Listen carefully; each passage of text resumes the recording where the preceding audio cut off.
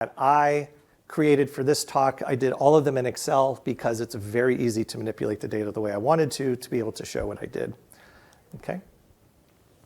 Why did I create this talk? Real quickly, the reason is because as I've been working with clients, a lot of the work that I tend to do is really with beginner Agilists and beginning Scrum teams, and they use very basic metrics. Basic to the point where I don't think it was necessarily or could be as helpful as other things. And I think the CFD is one of those things that could be really helpful, okay? My current client right now recently moved to Kanban, and not all teams did. A lot of them are, I'd say 70% are Scrum, 30% have moved to Kanban where they really didn't have sprints anymore. And because of this, I really wanted to introduce them. It was imperative to introduce them to flow metrics. And I personally feel it's imperative for Scrum teams to understand their flow as well. So that's another reason why. And that blends into number 3. So I feel there's not enough attention to flow. Oftentimes, there is a lot of emphasis with Scrum teams on burn down charts. Those are nice, but I think that we can do better than that. And so that's another reason why I felt that I wanted to put something like this together. And I have other workshops that focus around flow and Kanban, and this in many ways complements those. Why might you care about the CFD? Or if you have others coming to you and saying, why would you want us, if you're an Agile coach or someone who's helping teams, Scrum Master, and they come to you, why, and you want them to do it? I'm like, well, why? Here's some things you might want to think about. It is obviously a great graphical opportunity to explain the workflow of the team.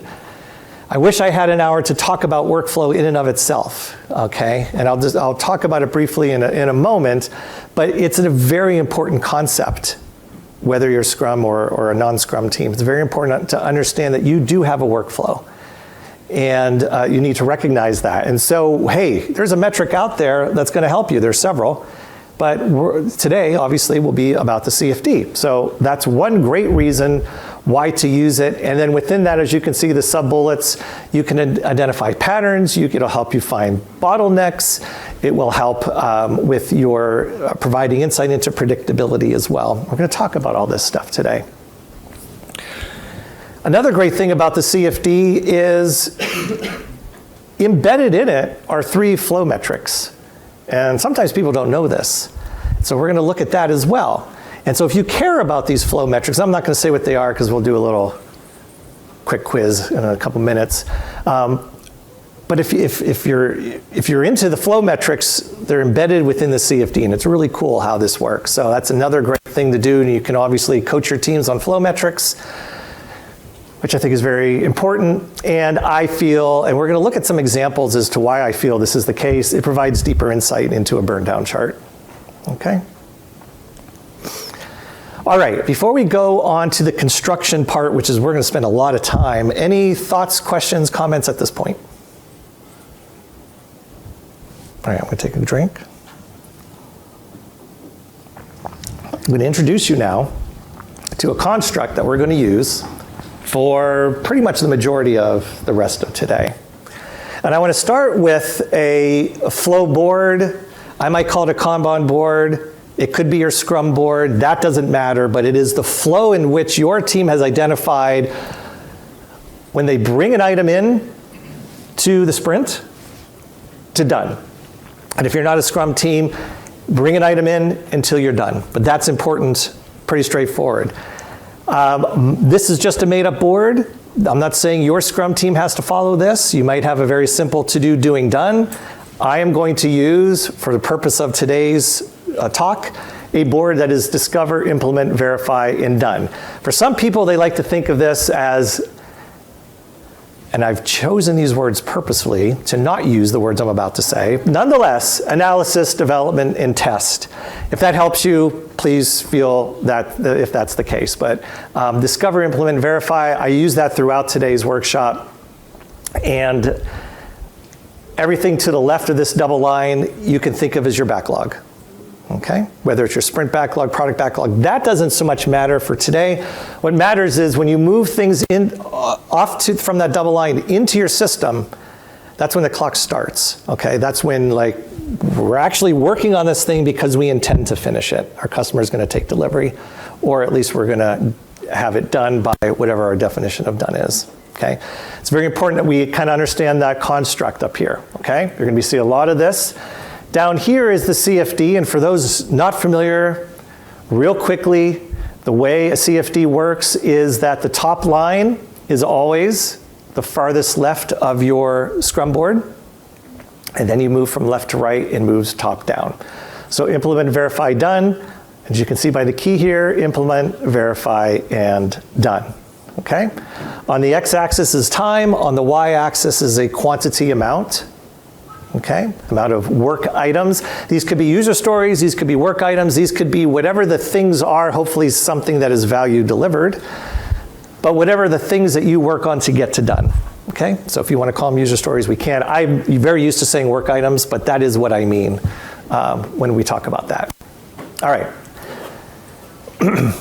So we're going to build a CFD. We're going to start very slow, and we're going to build into it so that we really understand kind of what's happening behind the scenes. So again, we're using the same board as I've showed you before. I have a couple other things going on here. Down here I have a table, as you can see, and this table mimics what's happening on this board. Okay, and this is a snapshot in time. Today is October 1st, we're going to pretend. And the way you read this is we have 2 items in discover, 2 in implement, 2 in verify, none in done. As you can see, this is exactly what the table says. And importantly, here in my CFD, I have 2 items here, 2 items here, and 2 items here. So all that this, for now, bar chart is showing is simply a representation of what's in the table, which is a representation of our flow of work through our Kanban system, through our Scrum board. Okay. The next day, we take another snapshot. Some things have changed. We notice down here that we've finished 2 items since the day before. And we have 2 items in verify, 3 in implement, and 3 in discover, just like it shows up here and as reflected here. So here is our done. That's 2, 2, 3, and 3. Okay, so that's how it's building upon itself as a stacked bar chart. Okay. Another day goes by. And I think you're starting to get the hint, right? We finished 2 more items, but we're showing 4. And that's something that sometimes gets teams a little tripped up. This is, after all, a cumulative flow diagram. So we're accumulating. We're accumulating on the done. Okay? So though you finished 2 items, we're showing total done 4. And there's 4 done here. So now we add 2 to this to get 4. The rest of the charts, the rest of the portion, I should say, again, represents there's 2 items here, 3 items here, and 4 items up there. And you know there's 4. If you were to draw a horizontal line across, you would see that. Okay? Now, this is nice. And you could build something like this all the time. But I like to really think that really what's going on with the CFD is there are lines connecting these same areas between one date to the next. And in reality, what's really going on is you color in those lines and you begin to have the building of your CFD. Okay. It's important to know that, and the reason why I did this is because there's no data here. Okay? There's no data here. These are snapshots and dates. When you look, whoops, wrong way. When you look at the CFD, it's important to know that you're taking a snapshot here, and though we're coloring this in, there's no data that was captured, at least how I've done mine. Okay? So one thing to think about as you're creating a CFD is, when am I taking these snapshots? And if, for example, you do it every week, once a week, which I probably wouldn't do, but if you did it once a week, all that time in between is going to be this connection point here, really, okay? And it's just something to keep in the back of your mind when you think about, well, what's the CFD showing? Pay attention to when these snapshots are actually taking place. I happen to do mine every day. When you see it like this, just know there's really a bar chart here, there's really a bar chart here, there's really a bar chart here, but we've chosen to color it in. Why do we choose to color it in? Anyone take a guess? Yeah, I think that's a good answer. It's a flow. The gentleman said it's flow. And I think it's easier to see what's going on, especially as you begin to build this out from snapshot to snapshot. If we had a bunch of mini bar charts throughout this, it'd just be kind of hard to gauge a little bit what's going on. So as items move through our system here and we get to done, as you can see in the table here, we're just simply building out our CFD.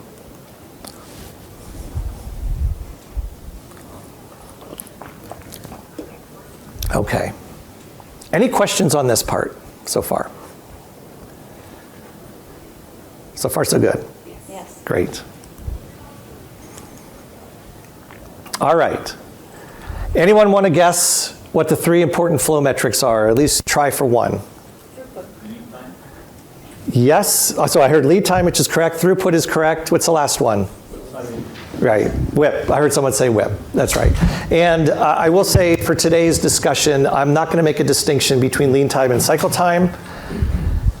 I will make the definition that cycle time is the moment in time from which you bring that work item into your system until you get it done. That's all we need to know for today. Okay? You Google lead time, cycle time, you can spend the rest of your life finding how everyone defines it differently. And that's not what we're here to do today. It's from the moment you bring it into your sprint till you get it done, or just into the system itself until you get it to done. That's one. And I think I call it cycle time here just because. So here they are, work in progress. We heard someone say that. Cycle time, which is the time to complete, and throughput. Throughput is a rate, so it's the number of items completed per unit of time. Okay.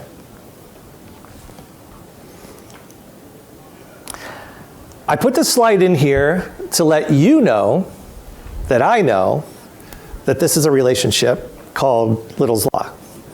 But we're not going to talk about Little's Law today, okay? Because that in itself could be another discussion that could last all day long. But these 3 metrics, and if you're not familiar with Little's Law, if you're really looking for something fun to do at some time, by all means, Google that, and you can read that these 3 metrics do have a relationship as averages to each other, okay? So average cycle time equals average WIP through average divided by average throughput, and it is a lot. It has been proven to be true. There's a whole history. It's really interesting. There are a number of assumptions that go into holding this law true, okay? And those assumptions, again, are outside the scope of today's discussion, but it's important to understand that those assumptions need to be in place in order to hold this law true, okay? So that's why I put that in here, just to make sure we all knew. We just put the elephant out there so that we all can recognize it, that it's there. All right, we're going to talk about the first one as WIP, okay? So I'm going to pick the date of October 29th. I'm just picking that date. And WIP is, quite simply, the vertical distance within your band of your CFD. Now you can choose to call, I'm choosing to call WIP of the entire system here from the moment I bring something in to the moment it's done. So I could do just discovery from here to here and count the number of items over, but I've just, for today, I'm going to WIP for the entire system of obviously is from when you bring it in to when you have it completed. And on October 29th, if I draw those horizontal lines over, I have 9 issums. Okay, so that's the first flow metric that you can kind of just look at.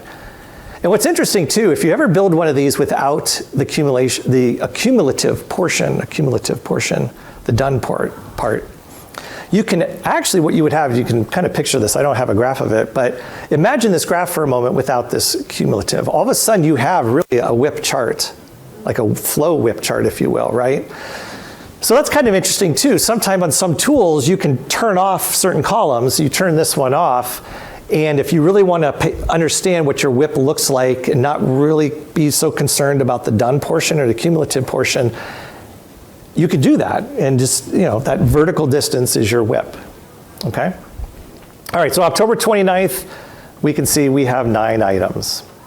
All right, what else do we care? There it is in gray, just sitting back there, so we don't forget about it. All right, what about the next one? Well, the approximate average cycle time is this horizontal distance, okay? And it's any horizontal distance that you choose. I'm choosing, when I say any, it has to be within the graph, but I'm choosing again from October 29th, and if I draw that horizontal line all the way over, as you can see here, I got there's a yellow line there and yellow line there.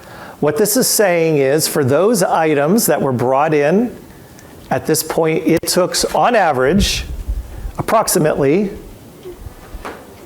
3 weeks. There it is. Approximately 3 weeks. So the distance from here to here. Okay? 21 days, 3 weeks. Now understand that a CFD is supposed to be looked at retroactively. Okay? You have the CFD and you can go back and examine what has happened. It is not meant, there's a little gray area here, it's not necessarily meant to use it to forecast where are we going to go. It's not used as a planning necessarily, but it can help with predictability a little bit. Okay, we'll get to that in a second. But let's talk about the last metric. I grayed that out a little bit. We're going to complete the triangle. And this is our average throughput, which makes sense because we said that the throughput was a rate. Okay? So that rate is the slope of this line here, this done line. So that's our throughput. And so 9 items over 21 days, we can say that our throughput is about 3 items per week. Okay? So from here to here, we were finishing about 3 items per week. Now, whether that's good or bad is something for you to decide when you work with your teams. Okay? But what's really cool is you can begin to pull out some essential flow metrics from your CFD and begin to use these flow metrics along with your other flow metrics if you have them, or discussion points with your teams. And of course, you can begin to analyze this data as time flows. And we're going to show some examples of that next. Before I go any further, what questions can I answer? Yeah. Is there a recommended minimum time box for your data point between the 2 dates? Like, should you always do a 2-week time box?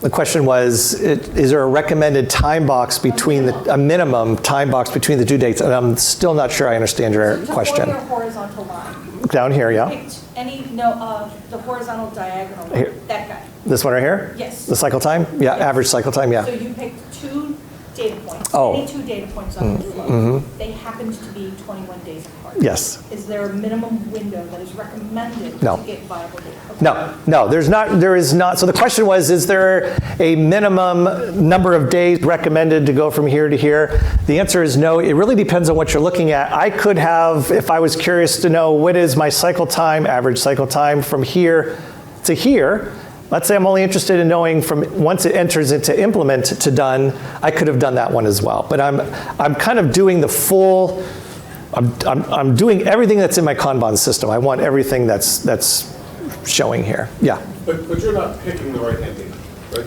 That's just being derived by drawing the horizontal line to Yes. say how long did it take to complete. Right. You're Right. not picking a time box. You're Right. picking a starting point and saying from this point, when did I get done?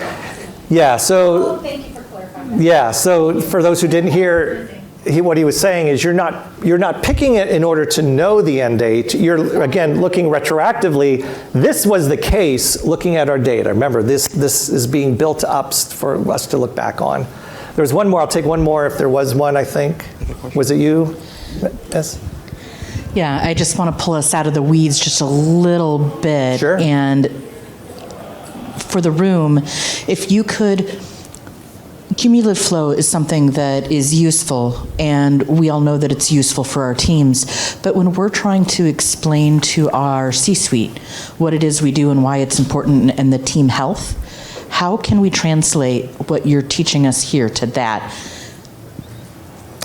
Sure. So the question, how can we translate what we're doing here to the C-suite? Is that right? Yes. I think it's important for us to know these metrics as we talk to the C-suite if they want to know, well, how long does it take us to get things done? This is could be one thing. Secondly, this is a very attractive CFD, if I may say so. I don't think there's much really going on here that's to be worried about. When we begin to look at some patterns in part 2 today, that could be when the C-suite really wants to know, well, why is something getting much wider all of a sudden? Why is this bottleneck existing? Why has our delivery starting to flatten out, for example? Those would be the types of conversations I would expect C-suite to be interested in. Great question, thank you. All right, so we looked at this. We said 21 days or 3 weeks. That is the relationship between those 3 metrics that you see embedded within there. Okay. Now,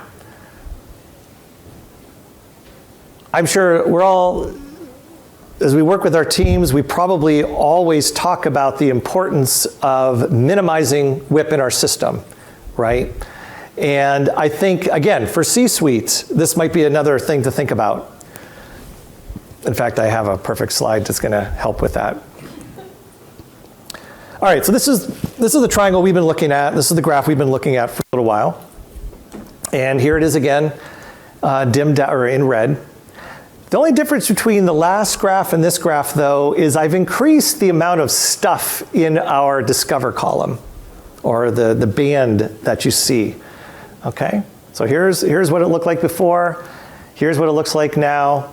This is the same triangle that you saw before, but now we have more WIP in our Discover column. What is the impact of that? Yeah, we have a much greater cycle time. The more stuff you have in your system, on average, is going to affect how long you get things done. So that could be another thing that the C-suite's interested in. How many times have we worked with teams where the C-suite doesn't get it? They're like, just do more stuff. One of these things will eventually get done. The thing is, that's not the case. Remember, this Little's law is a law, as long as you have your assumptions held, and that is a big although. Okay, but these are good concepts to have as Agilists that we can work with our teams around. Don't just bring in more stuff. Chances are you're going to affect your cycle time. Now, the throughput happens, the way I drew this, happens to be unaffected, but how long it takes to get it done certainly is being affected here. All right, for those who like systems thinking and causal loop diagrams, to think about systems thinking, and this goes back to the lady's question about C-suite also. Usually when I work with teams, there's always this desire to finish faster. Okay, and by the way, if you're wondering if I've gone off on a tangent for a second, I have. It's not, you aren't imagining things, but I think this is so important. So this is why we're spending a little bit of time on this. So there's always this desire to finish faster, and this could be C-suite pressure. Finish faster, folks, what's going on? And lots of times when we have this type of desire or this type of environment that we work in or this pressure, etc., there's also a false, but a belief that, hey, let's start more items. We talked about that already, okay? And when there's this belief that you need to start more items, we have more work in progress. And this plus here is just to show a direct relationship between that. So we need to start more things, so let's bring more stuff into our system. But as we bring more stuff into our system, there's a direct relationship to cycle time. We just saw that. But as there's a direct relation to cycle time, oftentimes what happens? Well, let's bring more stuff into the system. There's this belief. And so in causal loop diagrams, this is called a reinforcing loop. And I see this a lot with teams, where all of a sudden it just spirals. And you look at a Kanban board or a Scrum board and it's just filled with stuff. Because they get themselves into this reinforcing loop lots of times. Okay? And tongue in cheek, I call this start starting and stop finishing. because lots of times that seems to be the belief, right? And maybe I really liked your C-suite question, so I'm going to keep picking on that. Maybe that's because the C-suite doesn't get it, okay? And they're pressuring people. But no, we don't want to be doing that. We, of course, want to be, anyone? What do you want to be doing? Yes. Yeah, we all know it. Stop starting and start finishing, okay? So I think there's some good Agile lessons in there, whether it's for the team, for the C-suite, what have you, that we can think about when we're looking at these CFDs, when we're thinking about WIP, when we're thinking about the effects of WIP on our cycle time, etc. All right, this is great, time-wise. Before we go to part 2, any other thoughts, questions, comments that people would like to bring up? Yeah. Why is there a size of the items? Is that what you're saying? Because you're talking about it like they're all the same, and it's just 1, 2, 3. But if one's twice as big as the other, does that go in there or not? Yeah, so the question was, does the size of the work item matter? And it does, to an extent, it does. Little's Law says nothing about size, interestingly enough. That doesn't mean, and I'm going to try to keep this short, because this could, again, be one of those things that goes on. Generally speaking, when I work with teams, how do I want to answer this question? You don't want to work on, if you know this thing is so huge, it's going to take us months and months to work on, you probably don't want that to enter your sprint, certainly, or even your Kanban board. So yes, you want to find ways to what I'm going to call not so much same size the item, but right size the item. And right sizing is, might be my next talk, actually. Real quickly, right sizing is another metric that you could create is what's called a cycle time distribution chart, and understanding how long it takes you to get items done at a particular confidence level. So if you care about 85% of the time, I'm just picking that number, we finish our items in 8 days or less, and we're happy about that, that's good for us, then you right size your items to be about 8 days or less. And there's no story points involved, there's no upfront estimating or anything like that. You begin to know from your cycle time distribution, how long does this thing take, and do we think it's going to take more or not? And then if it does, then we wouldn't make it smaller. And what's really cool about a cycle time distribution, or cycle times in general, is its historical cycle times. It is a real representation of the system in which you're working. You're not sitting there guessing about story points and having discussions with planning poker and all that kind of stuff. You're actually using your real historical data to understand how big are these items and are they right-sized for an SLA that we might have, or an SLE, service level expectation we might have. So that's my somewhat long answer, but hopefully not too long answer to your question on that. Yeah. Okay. Part 2, identifying CFD patterns. This is the workshop portion. You guys are all best friends with each other now. That's great. Let's start by thinking about what are we going to be doing next. So there are 3 questions as we work together, looking through patterns here, that we're going to be answering. The first is, very simply, what do we see? We get paid, I think, many times, we get paid to be great observers, right? Holding the mirror up back to our teams, all right? Sometimes we observe without them knowing that we're really observing. We can be sneaky about it. Nonetheless, as you are going to be looking at these CFDs, simply talk with your people, however you want to section yourselves off at the table. What are you seeing here? Just what is your observation? Does your experience, have you seen this before in your experience? Okay, these are some of the questions you might be asking. You know, what patterns are there? What trends are you seeing? That's really the first thing that you want. Second thing, using your wealth of Agile experience that you have, why do you think this might be occurring? What you're observing, okay? What could be causing this pattern? Has your experience, have you seen this thing before or not? Okay. What questions might you ask the team based on what you're observing. When I do this, I like to pretend that I was just hired yesterday. I'm coming in for the first time today, and the team has had the CFD, it's on the wall, it's in the tool, whatever. They don't know why they're creating it, they were told to. And they've hired you to help them make sense of this data. So you can kind of put yourself in that mindset a little bit if that's helpful. And then lastly, again, based on your experience, what might you suggest based on what you're seeing? What might you, back to this holding the mirror up, this is why you're there. What are some things you might want to begin to talk about with this team based on this observation? Now, it's fair, if you only started yesterday or got hired yesterday, you probably don't even know the team members' names yet. That's okay. We don't have to. We don't have to be experts with them or having worked with them for 6 or 7 months. This actually might be more fun to think about it in terms of they've hired you, great Agilist, you're coming in, this is what they want you to look at first. Okay? Are we good on what we're going to be doing? Yeah? Great. Okay, so this is what's going to happen.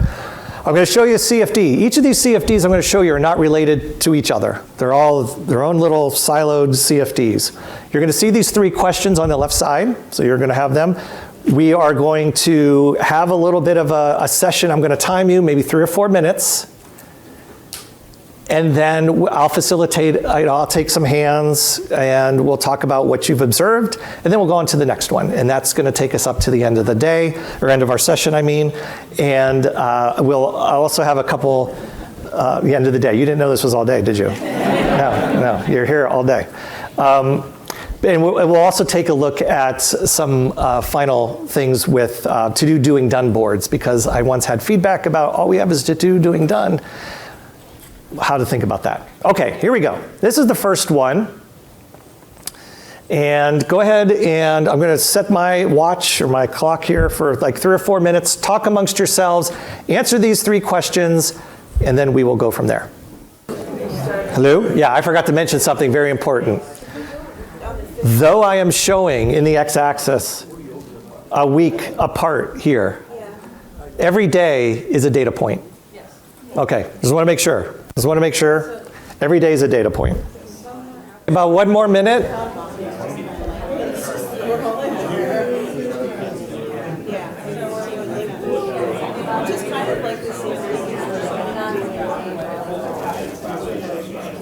They're probably getting closer to the final session. It's called a discovery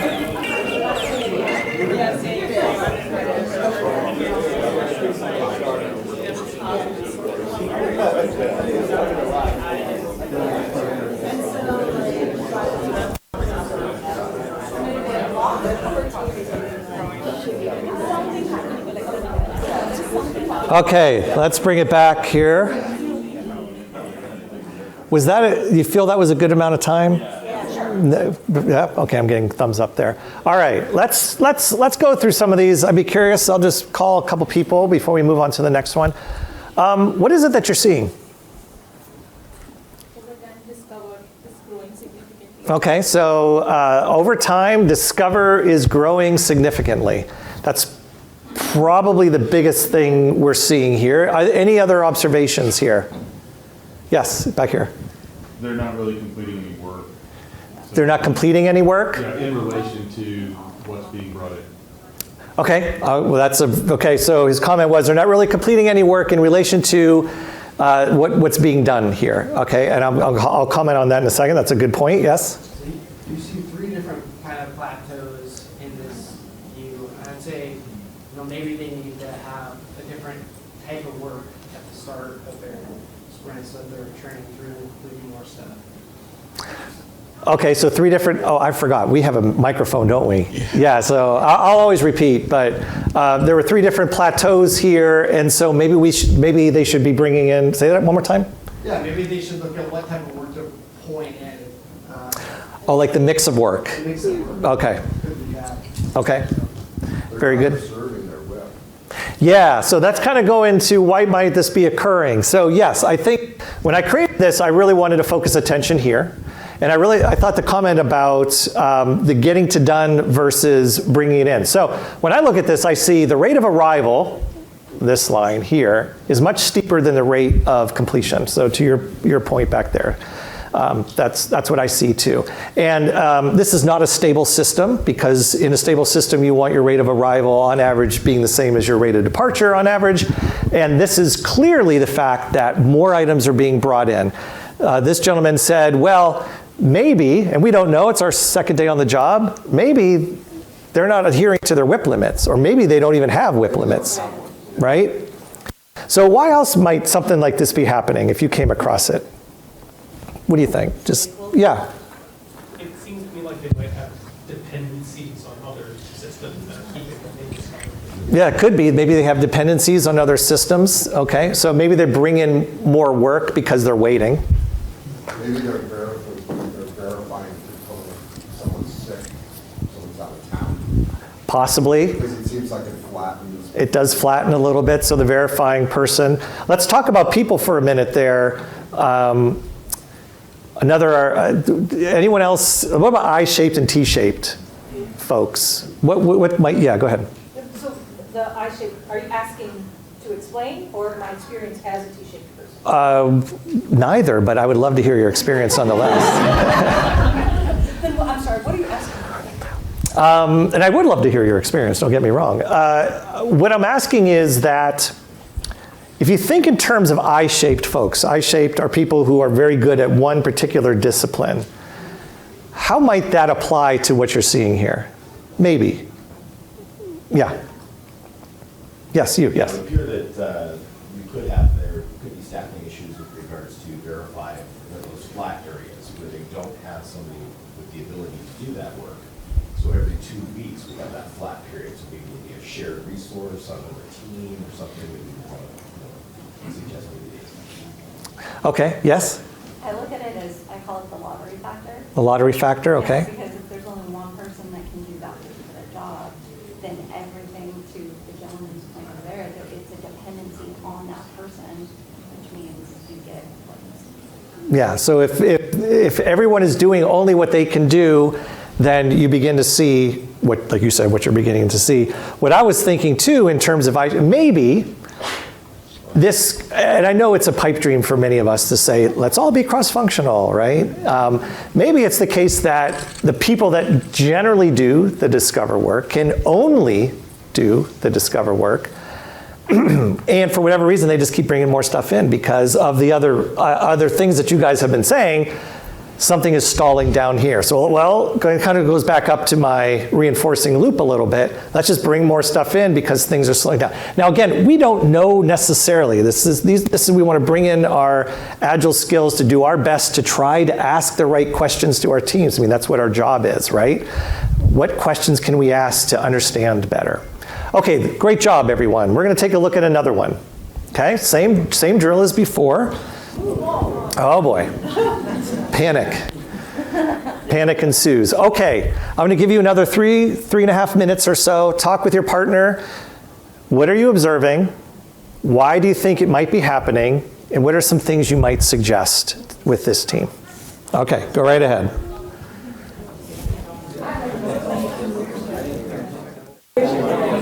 Okay, about 30 more seconds.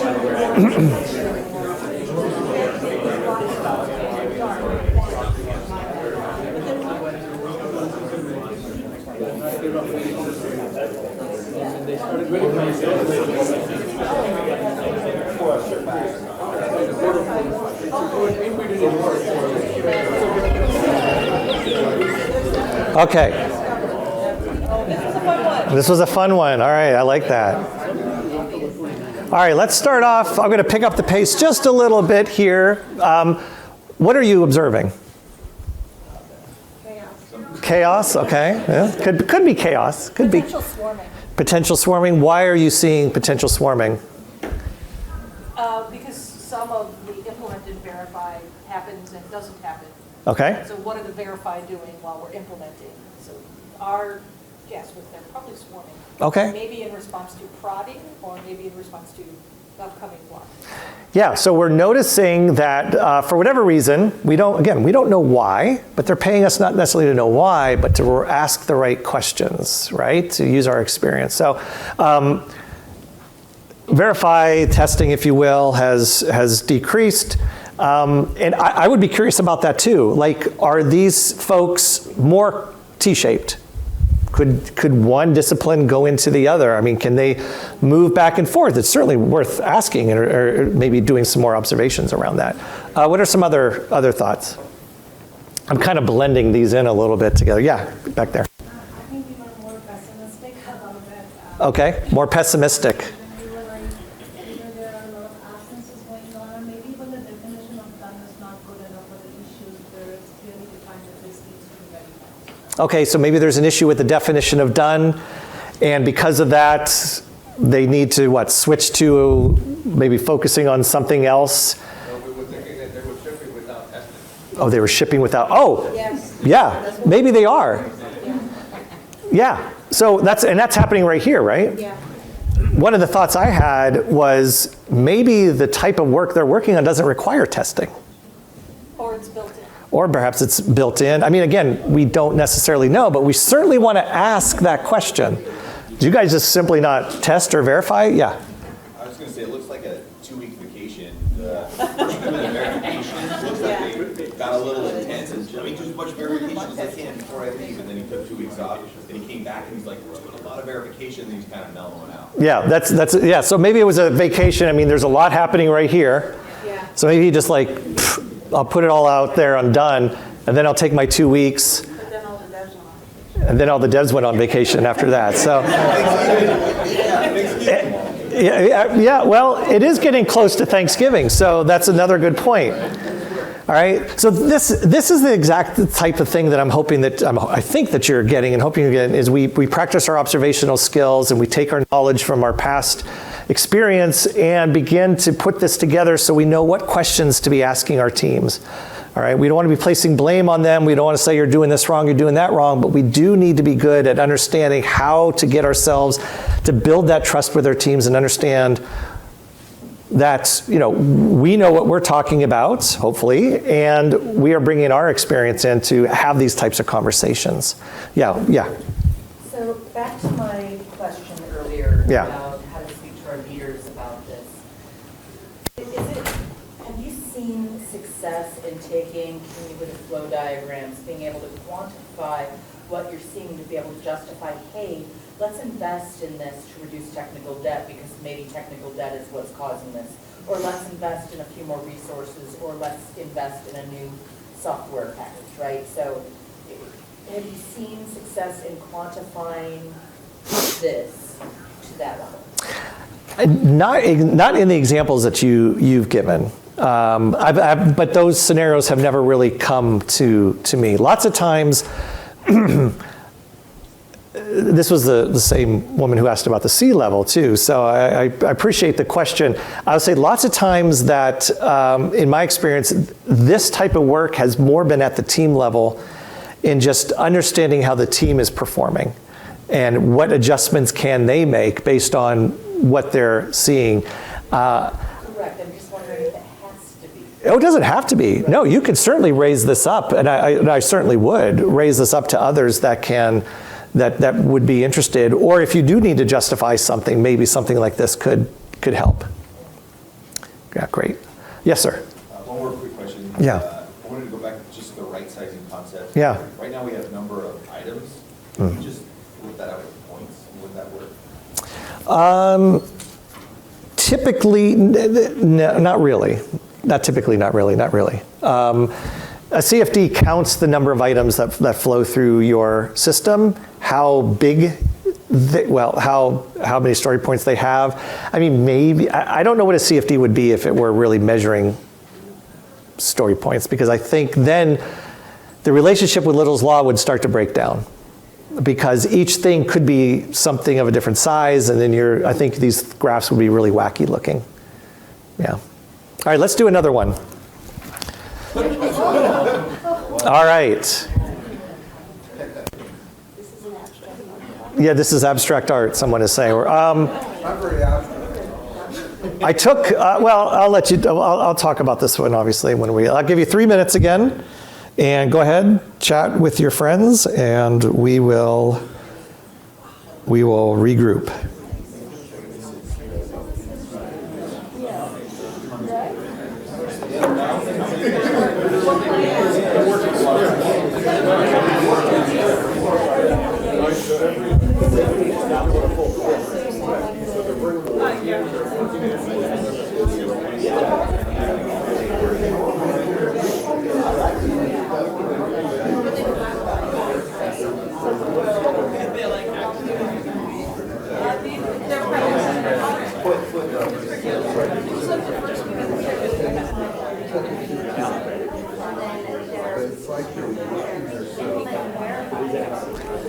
I will say I took a little liberties when I created this. These look exactly the same, purposefully. Yeah.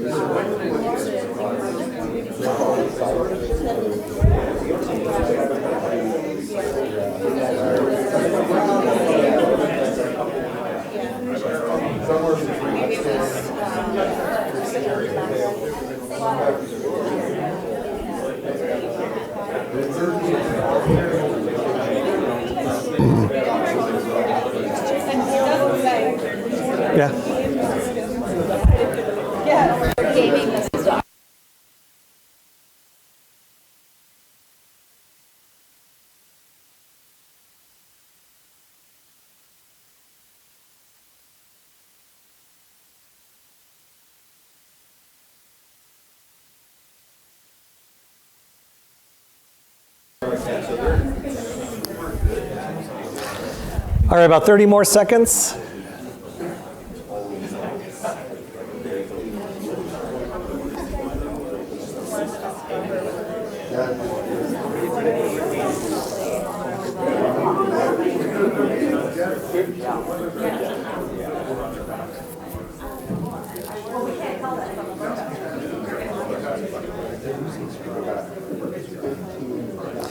All right. Let's talk about this one. What are we noticing here? I heard some important words floating around. So what are we noticing about this one? Okay, so I heard release cycle.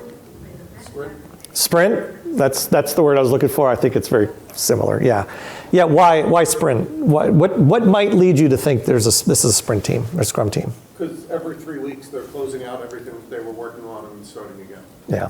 They're leaving it to the very end though, too. This is true, but that's just fiction, right? Our teams would never do that, right? No. Yeah. Yeah. So whenever you see a stair step in a CFD, that could be a good indication that you're working with a Scrum team. Okay. Certainly a good place to start in asking, are you a Scrum team?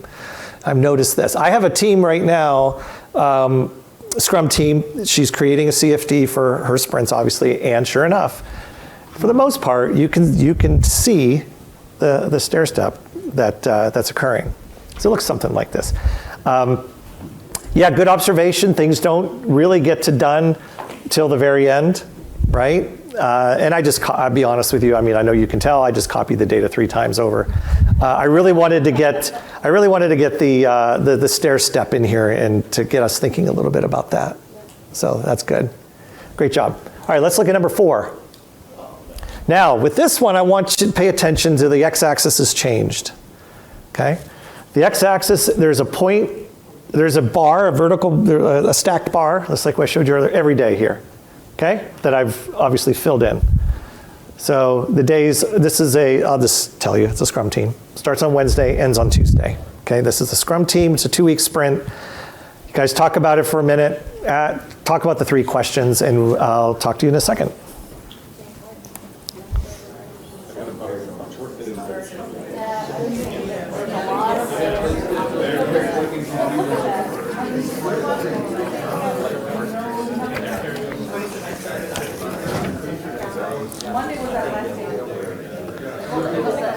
Yeah, the sprint starts on a Wednesday, ends on a Tuesday. 2 weeks later.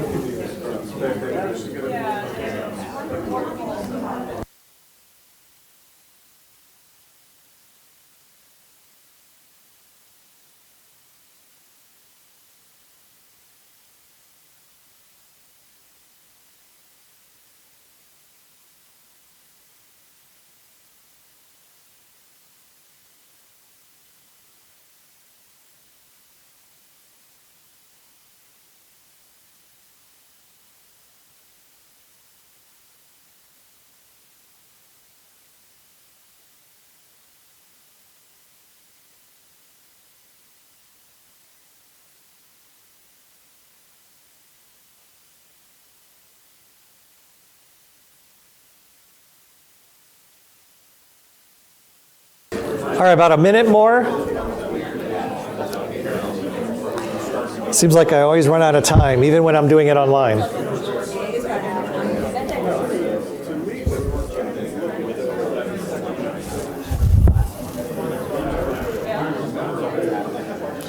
Okay, I'm going to rush us along just a little bit. All right, everyone. I'm just going to move us along a little bit. I've got 15 more of these, so we've got to. No, I'm just kidding. No, just kidding. What are we observing? Day one of the sprint. Pardon me? Day one of the sprint. Day one of the sprint? Yeah. This is the entire sprint. You're looking at a CFD for an entire sprint. Started on Wednesday, ends on the 2 weeks later Tuesday. Okay. Have a lot of carryovers. Carryover from prior sprint. Okay, why do you think there might be carryover from a prior sprint? Day one, when they started till Thursday, it's not. I think it's worth asking, Yeah. right? Now, well, I think it's worth asking. Well, it's kind of interesting. There's already 2 things in implement, already 2 things in test or verify. Okay, and there's a question or a... I was going to say the same thing with this carryover work. Okay. It looks like it might be a pattern of doing so. Yes, why a pattern? What else? Yeah, what is it? Yes, excellent. You guys are getting really good. Yeah, they didn't finish everything, did they? So this, coupled with this, now what if they had another CFD? They're like, can I see your other CFD by chance? And it looks something like this. You're like, are you guys finishing your stuff every sprint? I mean, again, something to be thinking about, something to be asking. You know, certainly a good place to start. We notice they don't finish their stuff. They still have stuff in play at the end of the sprint in all 3 of those areas, right? So they still have stuff in play. You notice this might be a little weird going on here. So It's like, why is discovery doesn't enter the flow until day 3, right? Because that's right here, yeah, right here. Same question. Yeah, that's a good question. I don't know the answer, but that's certainly worth asking them. how do you get agreement on starting the sprint when you're going to pull in extra stories on day 2? And maybe the answer to your question could be because these are carryovers, maybe they have a little bit of discipline. Let's not start anything until we get these going a little bit, but they still wait. They don't complete something until still. Like 5 days into the sprint, right? Okay, good. Guys are doing great. So let's take a look at this one. The way you work, though. Yeah. The first, you're only taking the snapshot end of day, right? Yes. It's possible they also did discovery and got it into. That is a very good point. Yeah, so the comment was, it is very possible, and you are absolutely correct, that if I had taken the snapshot, say in the afternoon, there could have been something here to show. That is very possible, which is why if you ever create a CFD, I try to do it at the exact same time. I usually recommend after stand-up, right after stand-up to do that, but you are correct. And that kind of goes back to my earlier comment about these are the data points. There's lots of stuff that could be happening here, which is another reason why Little's Law talks about averages. When we talk about anything in here, it's just an average. It's not a particular item that we're talking about. For those reasons that you talked about. Yep. Okay. We've got 8 minutes. I'm going to do. Let's just do this one together because we are running a little bit out of time. What are we noticing here? You guys are good enough. You don't have to talk about it with your friends yet. Now, what are we noticing here? We're not finishing. No. Yeah, we're back. I'm sorry, there's not a Scrum team. That's okay. Not a Scrum team. Every day is a data point. Okay.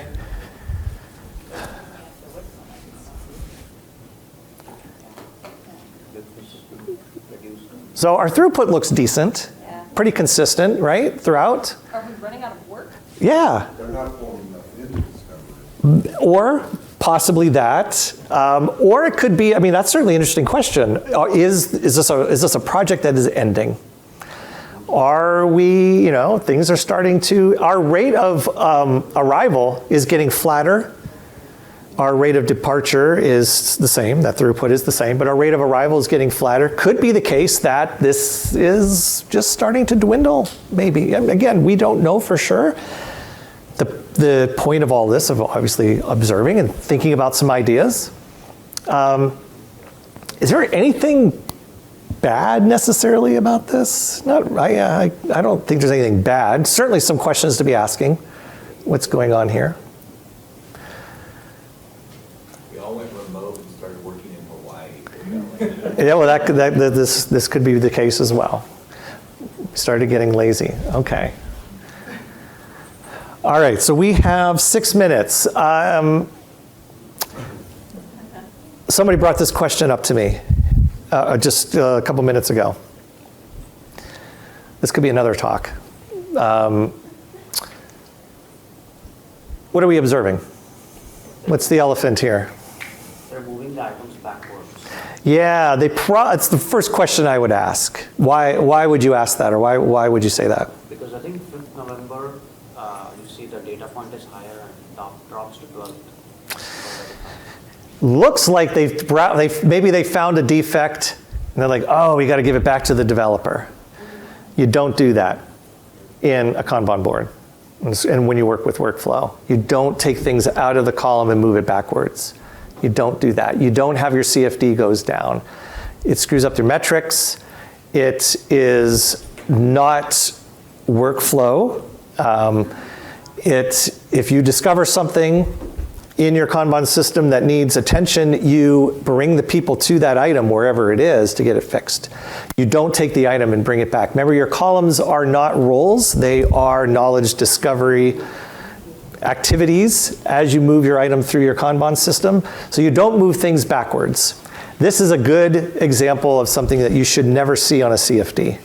Never see something go down. It can go flat and it goes up, but never should go down. Okay? So Mark, if we're failing QA and we're bringing the devs to QA, Yes. we're working through it together. Yes, that's right. And I can talk more about that if we had time. If you want, I can give you some other ideas on how to do that. But yes, you are correct.